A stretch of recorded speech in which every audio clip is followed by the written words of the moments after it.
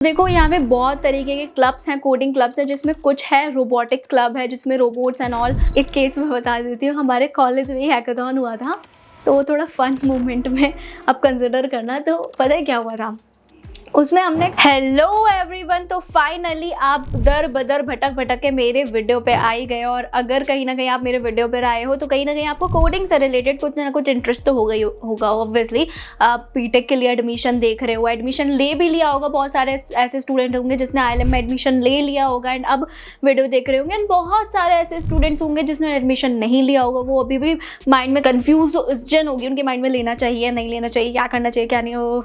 तो देखो उन सारी कन्फ्यूजन के लिए तो आप मुझे पर्सनली कांटेक्ट कर सकते हो। मैं यहाँ की स्टूडेंट हूँ, 4th ईयर में पढ़ रही हूँ। तो अगर आपको ये डाउट आ रहा है कि मुझे एडमिशन लेना चाहिए नहीं लेना चाहिए, कैसा कॉलेज है, कितनी स्पेशलाइजेशन है, कौन सी स्पेशलाइजेशन से हम बीटेक करें ताकि हमारी अच्छी इंटर्नशिप्स एंड प्लेसमेंट निकल जाए, या फिर किस स्पेशलाइजेशन में सबसे ज़्यादा स्कॉलरशिप्स रहती है, तो इन सब के बारे में डिटेल में जानने के लिए आप मुझे पर्सनली, मैं नंबर डाल देती हूँ, उस पर कॉन्टैक्ट कर सकते हो। बाकी देखो सारी चीज़ें बताना ऑन कैमरा तो कोई नहीं बताएगा, ऑब्वियस सी बात है। मैं यहाँ की स्टूडेंट हूँ, मैं यहाँ पढ़ रही हूँ, तो ये मैं आपको सारी चीज़ें ऑन कैमरा तो नहीं ही बता सकती हूँ। कुछ चीज़ें ऑफ कैमरा बताना ही ठीक रहता है, क्योंकि अभी मुझे कॉलेज से डिग्री नहीं मिली है, अभी बहुत टाइम है मेरी डिग्री मिलने में, कम से कम 1 साल और है मेरा डिग्री मिलने में। तो अगर बहुत सारे ऐसे सीक्रेट्स होते हैं, बहुत सारी चीज़ें होती हैं, नहीं मैं कैमरे पे बता सकती हूँ। तो इसलिए मैं बार बार बोलती हूँ कि अगर आपको कुछ भी जानना है तो मुझे पर्सनली कांटेक्ट करना, क्योंकि नहीं बता पाऊँगी ऑन कैमरा।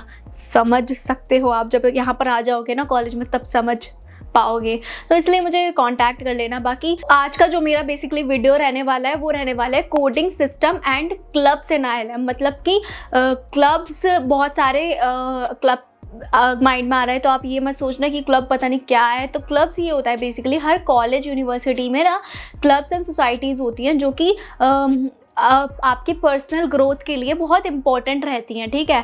तो अब ना कोडिंग की बात करूं तो आज मैं कोडिंग से रिलेटेड ही आपको क्लब्स बताने वाली हूँ। वैसे तो अदर सोसाइटीज़ एंड क्लब्स भी हैं यहाँ पे, लेकिन मैं यहाँ पे सिर्फ कोडिंग से रिलेटेड बात करने वाली हूँ, क्योंकि मुझे पता है आप करने आ रहे हो बीटेक, एंड बीटेक से रिलेटेड बहुत सारे डाउट होते हैं बच्चों के कि बीटेक कहाँ के लिए क्या क्या क्लब्स होते हैं, हमें कैसे स्टार्ट करनी चाहिए कोडिंग ताकि हम प्रो हो जाएँ, फर्स्ट सेमेस्टर में ही हमारी इंटर्नशिप निकल जाए।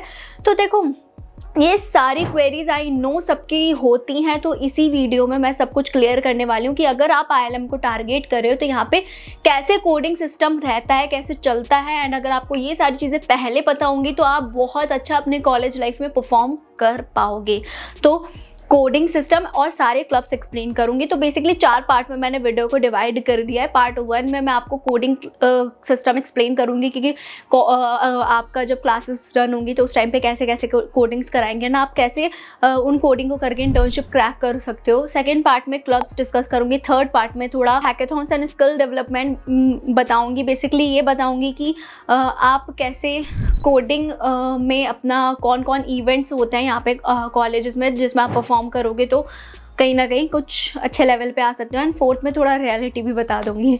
तो चलिए पार्ट 1 में कोडिंग सिस्टम की थोड़ी मैं बात कर लेती हूँ कि अगर आप आईआईएलएम को टारगेट कर रहे हो तो यहाँ पे कैसे कैसे कोडिंग्स कराई जाती हैं। तो देखो कॉलेज प्रोबेबली 15th ऑफ अगस्त, मतलब मिड अगस्त या स्टार्टिंग वीक ऑफ अगस्त से आपका स्टार्ट हो जाएगा, ओरिएंटेशन होगा, देन उसके बाद आपका कॉलेज स्टार्ट हो जाएगा। जब कॉलेज स्टार्ट होगा ना तो फर्स्ट सेम में आपकी सी आएगी, बेसिक लैंग्वेज। वो बहुत बेसिक लैंग्वेज होती है। ट्राई करना कि आप सी इस बीच में पढ़ लो, जुलाई जो चल रहा है, ट्राई करो कि अगर आप इस बीच में सी कंप्लीट करके चले जाते हो ना तो ये प्लस पॉइंट रहेगा कि जब कॉलेज स्टार्ट होगा तो आपको एक लैंग्वेज बहुत ईजीली आती होगी, तो एक अंदर से आपको कॉन्फिडेंस बिल्डअप होगा जिससे आप मतलब कुछ अच्छे से प्रेजेंट कर पाओगे अपना, कॉलेज क्लास में अलग से हाईलाइट रहोगे तो उसका कॉन्फिडेंस थोड़ा अलग ही बिल्ड हो जाता है स्टूडेंट का। जब दिखता है ना कि हम अलग दिख रहे हैं, अलग हाईलाइट हो रहे हैं, तो वो एक प्लस टीचर की नज़र में आ जाओगे, तो ये बहुत एक प्लस पॉइंट हो सकता है आपके लिए, ठीक है। फर्स्ट सेम में आपको बेसिक सी पढ़ाई जाएगी। जब आप सेकेंड सेम में आओगे तो आपकी पाइथन ऊप्स आ जाएगी, ठीक है। थर्ड सेमेस्टर में आपकी डीएसए एंड जावा आ जाएगी। 4th सेमेस्टर में आपकी अदर लैंग्वेजेस आ जाएंगी, जावा, C++, ये मतलब ऐसे सीरीज़ चलती रहेगी। बट जो मेन फोकस्ड होता है ना स्टूडेंट का, जब आप किसी इंटर्नशिप को क्रैक करोगे, अगर आप ऐसे स्टूडेंट हो जब फर्स्ट ईयर कंप्लीट हो जाएगा, सेकेंड ईयर में जा रहे होगे, तो इस बीच में जून जुलाई का टाइम होगा, तो आप ट्राई करना उस टाइम पे सारी बेसिक लैंग्वेज में आता है HTML, CSS, JavaScript, C and उसके अलावा पाइथन। ये सारी चीज़ें, ये जितनी भी लैंग्वेज है, 5 लैंग्वेज, ये बहुत बेसिक लैंग्वेज होती हैं। अगर आपने ये लैंग्वेज सीख ली तो आपको एक बेसिक वेबसाइट बनाना आ जाएगा। तो जब आपका फर्स्ट ईयर कंप्लीट होगा ना, एंड जून जुलाई के टाइम पे आप बहुत सारी ऐसे स्टार्टअप्स होते हैं जिनको नीड होती है इंटर्न्स की, तो वो बेसिकली हायर करते हैं स्टूडेंट्स को, कॉलेज स्टूडेंट को।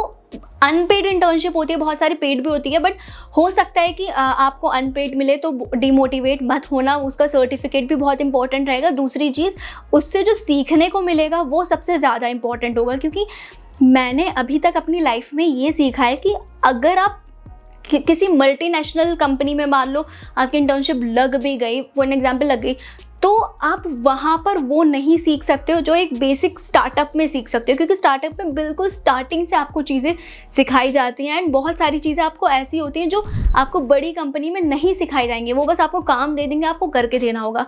जो आपका सीखने वाली चीज़ होगी ना, वो एक स्टार्टअप में ही आप सीख सकते हो। तो अगर आपकी स्टार्टअप में भी लग रही है ना, तो डिमोटिवेट मत होना, क्योंकि दिल्ली NCR एक ऐसी जगह है जहाँ पे हर जगह स्टार्टअप आपको देखने के लिए मिल जाएंगे छोटे छोटे। तो वहाँ पे लिंक्डइन पे आप एक्सप्लोर कर सकते हो, बहुत सारे ऐप्स आ गए, वहाँ पे जाके आप जॉब्स इंटर्नशिप्स देख सकते हो।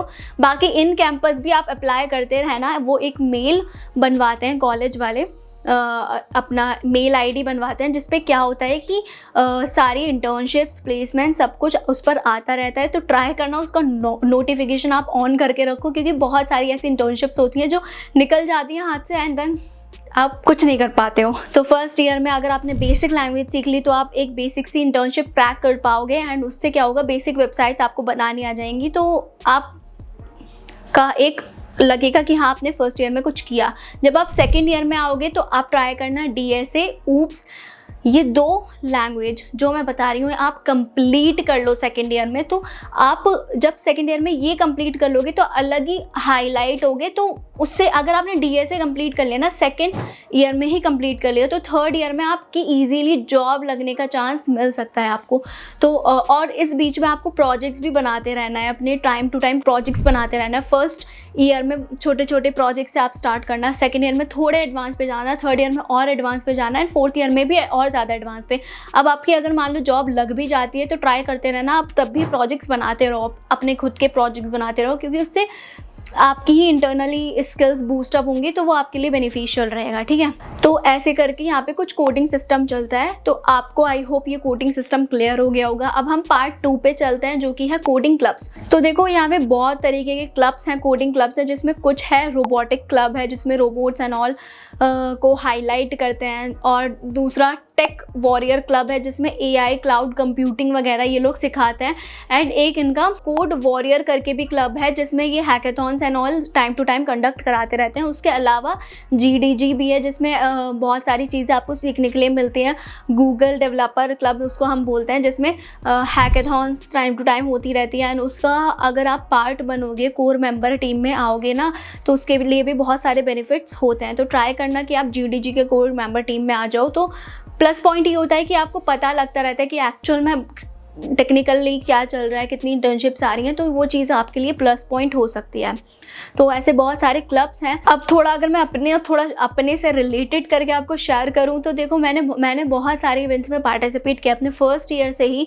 मैंने फर्स्ट एंड सेकेंड ईयर आपका अपना फर्स्ट ईयर तो आप देखोगे हर 1 महीने बाद मैं कहीं ना कहीं इवेंट पे दिखी जाती थी। एंड ऐसा नहीं मैंने उससे मेडल्स नहीं जीते, मैंने बहुत सारे मेडल्स जीते हैं। मैंने मैथमेटिकल डे पर मैं सेकंड आई थी, तो उसमें मुझे प्राइज़ मिला था। स्क्रीन पे आपको दिख रहा होगा बट थोड़ा ब्लर दिख रहा होगा, क्योंकि बहुत पुराना फ़ोटो है। एंड उसके अलावा बहुत सारे एंकरिंग्स एंड ऑल मैंने कंडक्ट कराई, तो वो सब मैंने फर्स्ट ईयर में कराए। सेकेंड ईयर में जब आई थी तो मेरा थोड़ा डाउन हो गया था, मैं इन्वॉल्व हो गई थी यूट्यूब पर। तो इसलिए मेरा जो रीज़न था तो यही था, क्योंकि सेकेंड ईयर पर आते ही मैं यूट्यूब पर ज़्यादा इन्वॉल्व हो गई, और मुझे यूट्यूब से बहुत सारी चीज़ें सीखने के लिए भी मिलती रही, तो इसलिए मैंने उसे छोड़ा नहीं।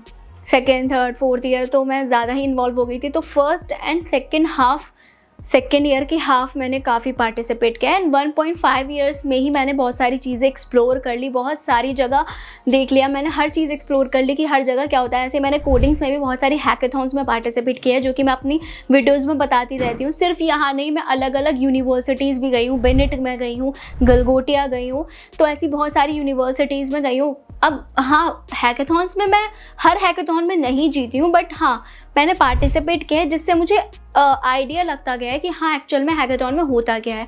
तो ऐसे बहुत सारे, एंड एक बार तो एक केस में बता देती हूँ, हमारे कॉलेज में ही हैकाथॉन हुआ था, तो वो थोड़ा फन मोमेंट में अब कंसिडर करना। तो पता है क्या हुआ था, उसमें हमने काफ़ी अच्छा प्रोजेक्ट बनाया था। एंड हैकाथॉन्स में बेसिकली मज़ा बहुत आता है। जब आप पता है ये हो जाता है ना, आपको कॉलेज में रुकना पड़ता है, एडमिशन सेल में हमें रुकाया था एंड गेट वगैरह सब बंद कर देते हैं, तो हम 24 घंटे की वो हैकाथॉन होती है, तो हमें दिन रात वहीं उसी जगह पे रुकना होता है।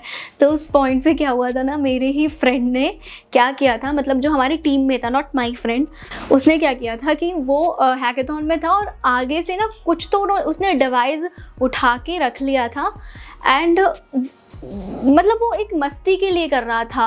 यही नहीं, अभी और सुनिए। एंड वो प्रोजेक्ट हमारा काफ़ी अच्छा था कि हम सिलेक्ट हो जाते हैं। उस मस्ती के चक्कर में वो पकड़ा गया एंड हमारी पूरी टीम ही डिस्क्वालीफाई हो गई थी। तो वो बहुत फन मोमेंट हमारे साथ हुआ था कि मतलब एक तो इतने हैकाथॉन्स में हमने पार्टिसिपेट किया जिसमें हम अभी तक आगे नहीं पहुंच पाए, सेकंड थर्ड राउंड क्लियर नहीं कर पाए, एंड इसमें किया क्लियर तो उसने ये हरकत कर दिया जिसकी वजह से हमारा टीम ही डिस्क्वालीफाई हो गई थी। तो ये ऐसे इवेंट्स होते रहते, तो ट्राई करो कि आप फर्स्ट ईयर में एक्सप्लोर करो हैकाथॉन्स, क्योंकि बहुत मज़ा आता है। पूरा 24 आवर्स आपको पूरा कॉलेज में, और ऐसा नहीं बेनेट में भी आप बहुत सारी जब हैकाथॉन्स होती हैं तो वहाँ पे स्पेंड करना पड़ता है पूरा 24 आवर्स, तो मज़ा आता है, बहुत एंजॉय करते हैं। मतलब काम के साथ साथ मस्ती भी होती रहती है। अब जीतना ना जीतना वो तो किस्मत की बात होती है, एटलीस्ट पार्टिसिपेट करो। तो ये फ़न मोमेंट्स भी मैंने आपको एक्सप्लेन कर दिया। अब पार्ट 3 में मैं थोड़ा डिस्कस कर लेती हूँ हैकाथॉन्स एंड स्किल डेवलपमेंट। तो हैकाथॉन्स का मैंने आपको पहले ही बता दिया पार्ट 2 में कि बहुत सारी हैकाथॉन्स होती हैं जिसमें आपको पार्टिसिपेट करते रहना चाहिए। तो यहाँ पे जो GDG क्लब है ना, तो उसमें बहुत सारे हैकाथॉन्स होती रहती हैं, जो कि मैंने अगेन वीडियोज़ में एक्सप्लेन कर दिया। तो इसमें मुझे लगता है कि ज़्यादा आपको बताने की ज़रूरत है नहीं। आप ट्राई करना, जितनी भी कॉलेजेस में इवेंट्स हैकाथॉन्स हो रही हैं, जितनी भी आउटर कॉलेजेस में हैकाथॉन्स हो रही है, इसमें पार्टिसिपेट करो, क्योंकि हैकाथॉन से बहुत हेल्प मिलता है। मतलब मैं जेन्युइनली बता रही हूँ, बहुत आप ग्रो कर पाओगे, अपने आप में पता लगेगा कि हाँ आपने कुछ किया है। जीतना ना जीतना उस पर मत करो कि हाँ हम तो जीत ही नहीं पाए, हम फर्स्ट नहीं आए, सेकंड नहीं आए, थर्ड नहीं आए, वो बात की बात है। आप बस पार्टिसिपेट करो, उससे बहुत चीज़ें आपको, अगर कोडिंग का C भी नहीं आता होगा ना उस टाइम तक, तो आपको पता लग पाएगा कि हाँ एक्चुअल में कोडिंग करते कैसे हैं एंड कैसे एक अच्छा कोडर बन पाते हैं। अगर आप हैकाथॉन में पार्टिसिपेट करोगे तो ये सारी चीज़ें हैकाथॉन के थ्रू ही लग पाती है। एंड हैकाथॉन में क्या होता है ना, एक प्लस पॉइंट हो जाता है लड़कियों के लिए। अगर मान लो कोई एक लड़की है, उसको हैकाथॉन में लाइक इंटरेस्ट नहीं है, फिर मान लो उसे कोडिंग भी नहीं आती है ना, तो उसमें क्या रहता है ना, अगर 5 लोगों की टीम है ना, तो एक कंपलसरी लड़की होती है, जिस मतलब वो 4 लड़कों को एक लड़की रखनी ही पड़ती है अपने साथ। वो शो होता है, वुमेन एम्पावरमेंट करके शो होता है कि हाँ, तो इसलिए वो होता है कि ये प्लस पॉइंट हो जाता है लड़कियों के लिए कि अगर मान लो मान लो लड़कों ने प्रोजेक्ट बना लिया अपना कोई अच्छे लेवल का, तो अब उनके पास अगर लड़की नहीं है, ऐसा नहीं गर्ल प्रेजेंट करेगी, बट गर्ल होनी चाहिए हैकाथॉन में, अगर वो नहीं है तो वो प्रोजेक्ट अपना आगे प्रेजेंट ही नहीं कर पाएंगे। तो ये प्लस पॉइंट हो जाता है लड़कियों के लिए, तो इसका बेनिफिट मैंने बहुत उठाया है। इसीलिए मैं, अगर मुझे कुछ आता भी नहीं था ना, तो तब भी मैं पार्ट देखती रहती थी, पार्टिसिपेट करती रहती थी, उससे मुझे पता लग पाया कि एक्चुअल में हैकाथॉन्स होता क्या है। तो ये प्लस पॉइंट हो सकता है हम लड़कियों के लिए, और वो अब आप उठाओगे, ठीक है, प्लस पॉइंट। आपको ये क्लियर हो गया होगा। अब move to the 4th part, that is reality check. अब मैं थोड़ा रियलिटी चेक आपको दे देती हूँ। देखो, मैं ये चीज़ क्लियर कर देती हूँ, आप कोई से भी कॉलेज में जाओ, Tier 1 में जाओ, Tier 2 में जाओ, Tier 3 में जाओ, कोई कॉलेज आपको प्लेसमेंट की गारंटी नहीं देता है। वो आपको सिर्फ प्लेटफॉर्म प्रोवाइड करता है, अब उस पर परफॉर्म आपको करना है, वहाँ से प्लेसमेंट आपको लेनी है। वो आपको लिख के नहीं देंगे, या फिर आपके घर पे आके ये नहीं बोलेंगे कि देखो ये कंपनी है, आप देखो यहाँ पे बैठ के इंटरव्यू दे दो, नहीं भी क्लियर हो रहा है तो कोई बात नहीं, कंपनी, ऐसा कहीं नहीं होता। चाहे आप ILM में को टारगेट कर रहे हो या फिर IIT को टारगेट कर रहे हो, तो ये हमेशा होता ही है आपको। अब मान लो कि प्लेसमेंट के लिए कंपनीज आई बट आप एलिजिबल ही नहीं हो पा रहे हो, आपकी बैक्स इतनी आ रही हैं, तो ताकि आप एलिजिबल नहीं हो पा रहे तो कंपनी भी क्यों लेगी ऐसे बच्चे को, वो अपना नुकसान थोड़ी ना करेगी। तो ये चीज़ आप लिख के रख लो, एडमिशन ले लेने से आपकी प्लेसमेंट कंफर्म नहीं हो जाती है, आपको मेहनत करनी पड़ती है, तभी आपकी प्लेसमेंट वहाँ से निकल पाएगी। थोड़ा मैंने ज्ञान की बात ज़्यादा दे दी, लेकिन ये चीज़ एक्चुअल में फैक्ट है। तो आई होप आपको वीडियो पसंद आई होगी। पसंद आई हो तो लाइक शेयर सब्सक्राइब कर दो, इंस्टाग्राम पे जाकर फॉलो करो। बाकी कोई भी डाउट आ रहा है उसके लिए मैं हमेशा बैठी रहती हूँ, पर्सनली मुझे कांटेक्ट कर सकती हूँ। इसके बारे में डिटेल में भी जानना है ना आपको, डेप्थ में रियलिटी, मैं सब बता दूँगी, इसके लिए मुझे कांटेक्ट कर लेना। बाकी मिलते हैं नेक्स्ट वीडियो में, अभी के लिए बाय बाय।